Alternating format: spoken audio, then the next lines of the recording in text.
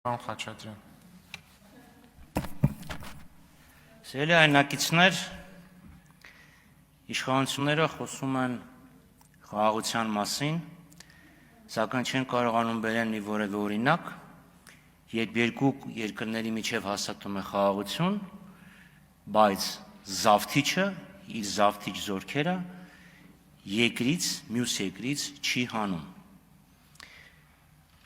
Չեն կարողանում նշել մի որևէ դեպք, երբ երկրներից մեկը շարունակում է շրջափակման մեջ պահել մյուս երկիրը։ Հիմա կասեն,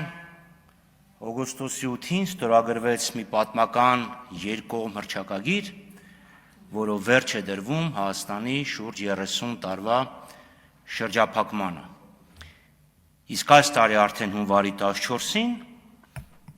այդ շրջափակումը վերջ դնելու մանրամասները հաստատվեցին եւ համաձայնեցվեցին։ Խոսքը թրիփի մասին է։ Նա մեզ մուլտիմոդալ տրանսպորտային անցում։ Իդեպ մինչև այս հայտարարությունը, երբ անոնսը գնում էր հայտարարությունը, որ պետք է կողմերը հանդիպեն, ամերիկյան կողմը դարձյալ միջանցք բառներ օգտագործել, բայց ես հələ դեռ միջանցք բառը չեմ օգտագործի։ Հիմա նայում ես տեքստը եւ փորձում ես հասկանալ։ Լավ, իսկ ստեղ շրջափակումը որտեղ եք տեսնում։ Հայաստանն Ադրբեջանին տալիս է մուլտիմոդալ անցում։ Ճանապարհ, երկաթուղի, գազամուղ, նավթամուղ,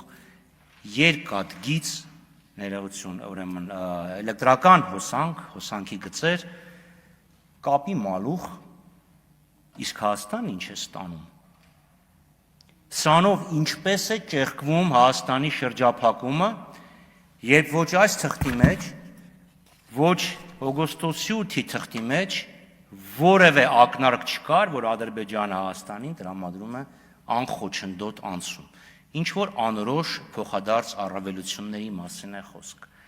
որպեսզի Հայաստանի շրջափակումը ճեղքվի, սրա հետ զուգահեռ առնվազն նույն մանրամասներով եւ նույն խոստումներով Ադրբեջանը պետք է խոստանար Հայաստանին առնվազն Նախիջևանի միջով տրամադրել անխոչնդոտ ոչ միայն անցում, այլ նաեւ գազամուղ, նավթամուղ եւ այլն։ Չկա տենց բան, ավելին ասեմ, կան ռիսկեր։ Եթե կա Բաքու-Թբիլիսի Ջեյհան նավթամուղը, Բաքու-Թբիլիսի Էրզրում գազամուղը, այս նոր նավթամուղը եւ գազամուղը ինչի համար է արվում։ Կա դրա պատասխանը։ Կասկածային է, որ սա կլինի այն քայլը, որ հետո Ադրբեջանը եւ Հայաստանը ունենան